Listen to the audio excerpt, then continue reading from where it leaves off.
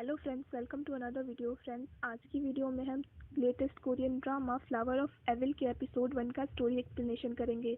तो friends, story start करने से पहले कुछ इन्फॉर्मेशन बता देते हैं इस ड्रामा के बारे में। तो ये drama thriller romance crime drama है और इस ड्रामा के टोटल नंबर ऑफ एपिसोड है 16। इस ड्रामा के कास्ट हैं ली जुन गी और मुन चे वॉन। तो फ्रेंड्स, इस वीडियो को पूरा देखिए ताकि आप कुछ भी मिस ना करें। तो फ्रेंड्स, वीडियो शुरू करने से पहले let's watch this short intro.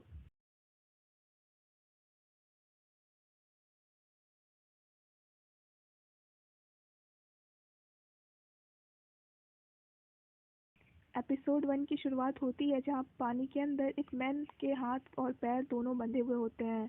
तभी एक वुमेन उसे बचाने की कोशिश करने लगती है।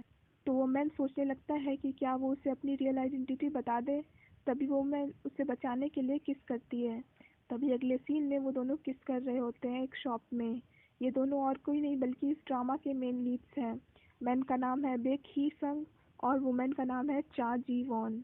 ये दोनों मैरिड हैं और इनकी एक बेटी भी है जिसका नाम है यूना। ही सॉन्ग एक क्राफ्टमैन है और उसका खुद का स्टूडियो भी है। चाजीवॉन एक पुलिस इंस्पेक्टर है।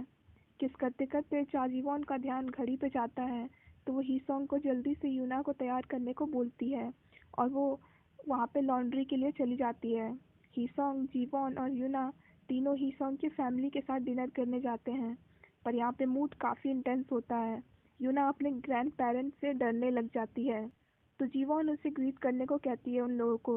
यूना डरते डरते उन्हें ग्रीट करती है। डाइनिंग टेबल पर तीनों ही सॉन्ग का 39th बर्थडे सेलिब्रेट करते हैं पर ही सॉन्ग के पेरेंट्स बिल्कुल चुपचाप बैठे होते हैं। जब जी वॉन यूना को टॉयलेट लेके जाती है तो ही सॉन्ग की माँ ही सॉन्ग से कहती है कि वो उनके सामने शो ऑफ क्यों कर रहा है और कहती है कि अब क्या उससे ये लाइफ उसकी अपनी लगने लगी है। तो ही सॉन्ग कहता है कि उसने ऐसा कभी भी नहीं सोचा है। उसकी माँ कहने लगती है कि अगर वो नहीं होती तो। तभी ही सॉन्ग के फादर उसे चुप होने को कहते हैं और कहते हैं कि वो तीनों एक ही नाव पर सवार हैं तो एक दूसरे को गिराने से वो लोग खुद भी गिर जाएंगे। तभी जीवॉन वहाँ आके कहती है कि उसे कुछ काम आ गया है तो उसे जाना होगा। तो जीवॉन वहाँ से चली जाती है। ही सॉन्ग की माँ कहती है कि जीवॉन काफ़ी डम है तभी तो उसका और ही सॉन्ग का रिलेशनशिप इतना चल रहा है जिसकी उम्मीद उन लोगों को नहीं थी। तो ही सॉन्ग कहता है कि वो दोनों एक दूसरे के लिए ही बने हैं। तो उसकी माँ हंसते हुए कहती है कि वो दोनों एक दूसरे के लिए कैसे बने हो सकते हैं जबकि ही सॉन्ग का पास्ट काफ़ी डर्टी है और जी वॉन एक कॉप है। तो उसका फादर कहता है कि ये सीरियस मैटर है, इसमें हंसने वाली कोई बात नहीं है। तो ही सॉन्ग कहता है कि जी वॉन काफ़ी इजी गोइंग पर्सन है और वो जो देखती है उसी को सच मानती है तो वो उसे वही दिखाता है जो वो देखना चाहती है। ही सॉन्ग कहता है इसीलिए उन्हें चिंता करने की कोई भी ज़रूरत नहीं है। जीवॉन पुलिस स्टेशन जाती है। वहाँ एक केस आता है जिसमें किसी ने 12 साल के बच्चे इंसू को सीढ़ियों से धक्का दे दिया। जब युनसू को होश आया तो वो कहता है कि उसके फादर ने ऐसा किया है क्योंकि वो उसके जैसा बेटा नहीं चाहता है। पर इंसू के फादर किम सांग जिन कहता है कि इंसू झूठ बोल रहा है और उसने कुछ भी नहीं किया है। जीवॉन को लगता है कि वो निर्दोष है क्योंकि युनसू की गवाही के अलावा बाकी एविडेंस किम सांग जिन के फेवर में है। जीवॉन का सीनियर उसे किम सांग जिन के रिलेटिव से पूछताछ करने को कहता है। रिपोर्टर किम मूजिन किम सांग जिन की वाइफ से पूछताछ करता है आर्टिकल्स लिखने के लिए। किम मूजिन मिस्टीरियस केसेस के बारे में लिखना पसंद करता है और उसने योनजू सिटी के सीरियल मर्डर के बारे में भी आर्टिकल लिखा हुआ है। जीवॉन का कलीग हुजुन किम मूजिन को बताता है कि किम सांग जिन एक लॉयर है। जीवॉन किम सांग जिन की वाइफ से पूछताछ करने लगती है तो वो कहती है कि उसका बेटा झूठ नहीं बोल रहा है। तो जीवॉन पूछती है कि क्या उसका पति ऐसा कर सकता है तो वो एग्रेसिवली कहती है कि किम सांग जिन ने कुछ भी नहीं किया है। जीवॉन किम मूजिन को कहती है कि उसे नहीं लगता कि किम सांग जिन खूनी है क्योंकि उसके पास मर्डर का मोटिव नहीं है। तो किम मूजिन कहता है कि बिना मोटिव के भी बहुत सारे लोग खून करते हैं। किम मूजिन जीवॉन को योनजू सिटी के सीरियल मर्डर के बारे में बताता है जिसमें किलर एक मेटल क्राफ्टमैन है और उसने बिना मोटिव के खून किए हैं। जीवॉन किम मूजिन को ही संग का बनाया हुआ पेन देती है और उसे उसकी शॉप को प्रमोट करने को कहती है। जीवॉन घर आकर हमेशा की तरह हीसोंग को केस की डिटेल्स बताती है। जीवॉन पूछती है कि उसके पेरेंट्स उसे लाइक क्यों नहीं करते हैं जबकि वो हर चीज़ में परफेक्ट है। तो हीसोंग कहता है कि इसमें उसकी कोई भी गलती नहीं है। जीवॉन केस की वजह से पुलिस स्टेशन जाती है और सीसीटीवी रिकॉर्डिंग्स चेक करने लगती है। सीसीटीवी रिकॉर्डिंग्स बिल्कुल नॉर्मल होती है। हीसोंग अपनी माँ को उसकी शॉप पर जाकर उसे जीवॉन को कॉल करके झगड़ने को कहता है ताकि हीसोंग की माँ से एक्सेप्टेंस की उम्मीद ना रहे जीवॉन को।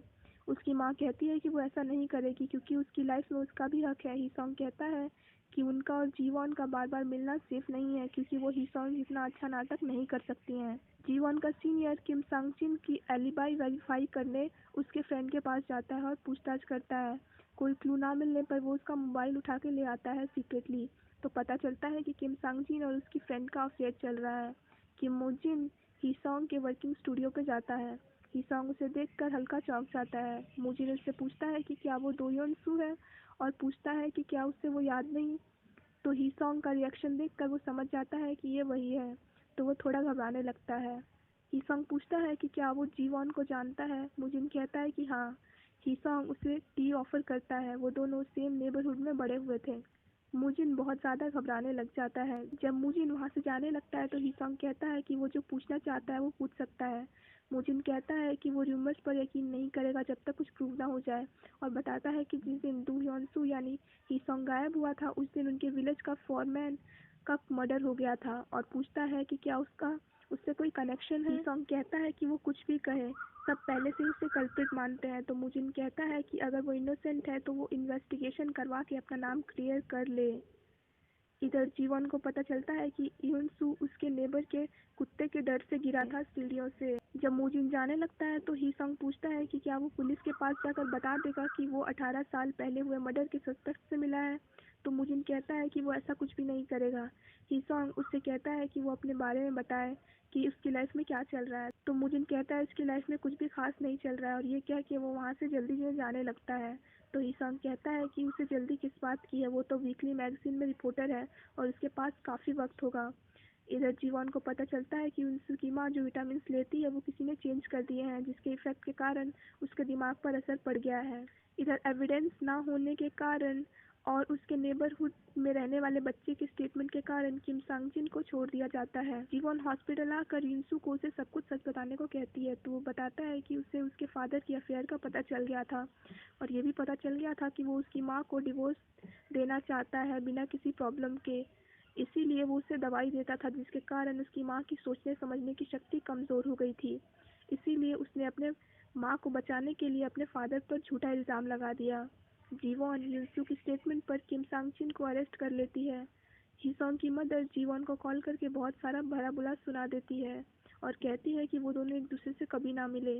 तो जीवॉन कहती है कि वो इस बारे में हीसोंग से कुछ भी ना कहे वरना हीसोंग को ये जान के बुरा लगेगा। इधर हीसोंग सारे दरवाजे बंद करके मुजिन को बेहोश करके बेसमेंट में बंद कर देता है। जीवॉन जब घर आती है तो हीसोंग और यूना खेल रहे होते हैं तो वो भी उसके साथ खेलने लग जाती है और यहीं पे एपिसोड 1 ख़त्म हो जाता है। So friends that's it for this video. I hope आपको वीडियो पसंद आई होगी। आपको ये वीडियो कैसी लगी इसे कमेंट सेक्शन में ज़रूर बताइएगा।